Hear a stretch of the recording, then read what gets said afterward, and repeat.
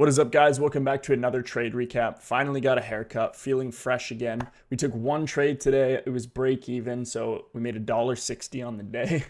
So let's get right into the trade recap. So going into the higher time frame, I definitely had a bit of a conflicting draw on liquidity, and the reason for that was because I was pretty bullish on the higher time frame. We're delivering out of this 4-hour bullish fair value gap right here, still respecting it at market open.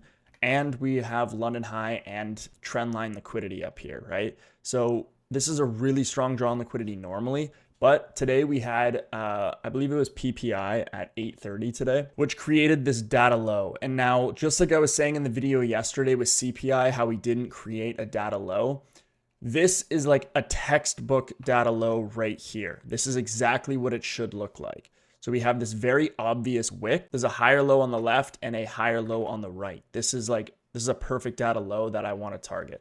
Now, I never want to long against a data low until it's at least swept, especially when we're this close. Like, we're only about 85 points away from it, even though we're still respecting this 15-minute bullish gap at market open. If we got displacement here, which would be my typical entry, especially when I'm leaning bullish on the higher time frame, targeting this London high, I wouldn't want to take it today until data low is taken. So market opens, we push up a little bit, still respecting this bearish 5-minute gap. So now at this point, I'm looking for displacement out of here, targeting that data low. Now, because it's such a strong draw on liquidity, I'm okay with taking it a little bit higher up instead of waiting for that confirmation and pullback.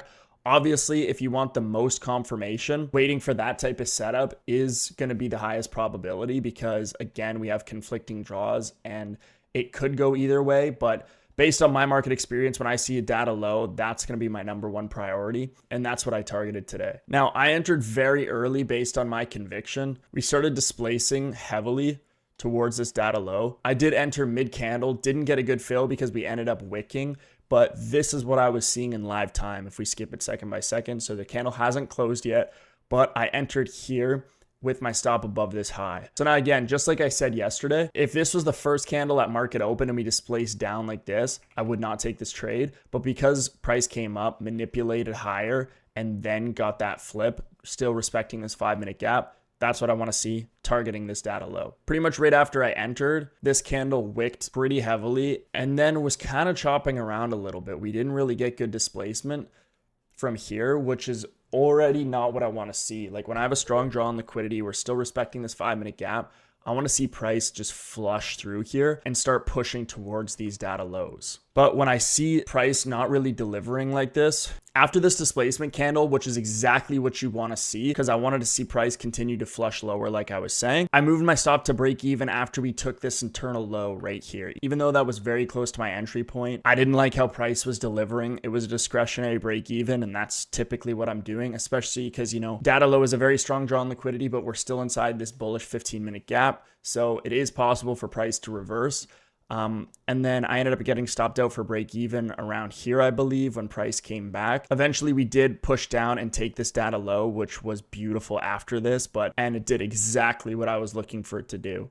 Now, should I have waited a little bit longer and moved my stop to break even after I saw a displacement candle like this?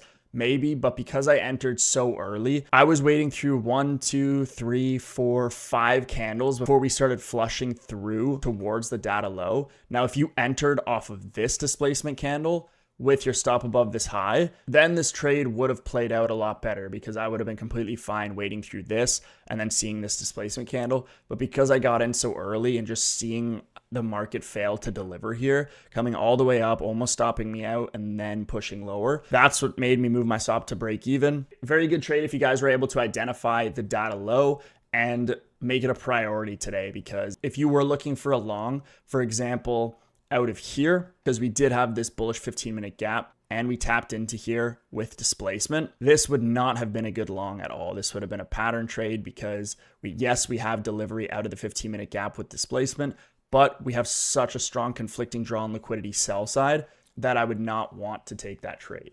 At 10 a.m., we had the Fed chair speaking, so I wasn't looking for anything after we took this data low. And we did continue to sell off, but didn't really get a setup.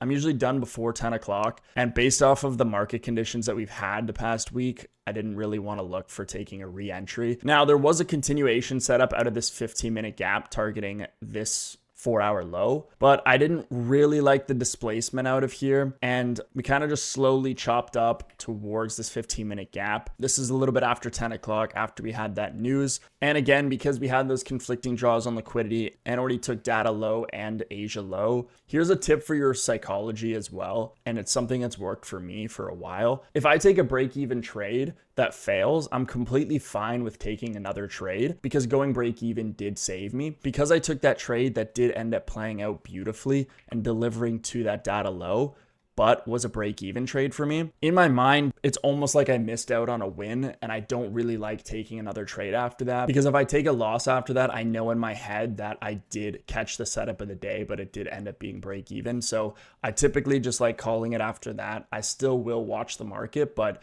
based off of the conditions that we've been having, just wanted to be very cautious going into the rest of the day. So that's going to be it for me today. If you guys want to join my free Discord, the link is in the description below. You can access my free trading journal and my displacement model checklist. But with that being said, we will see you guys in the next video.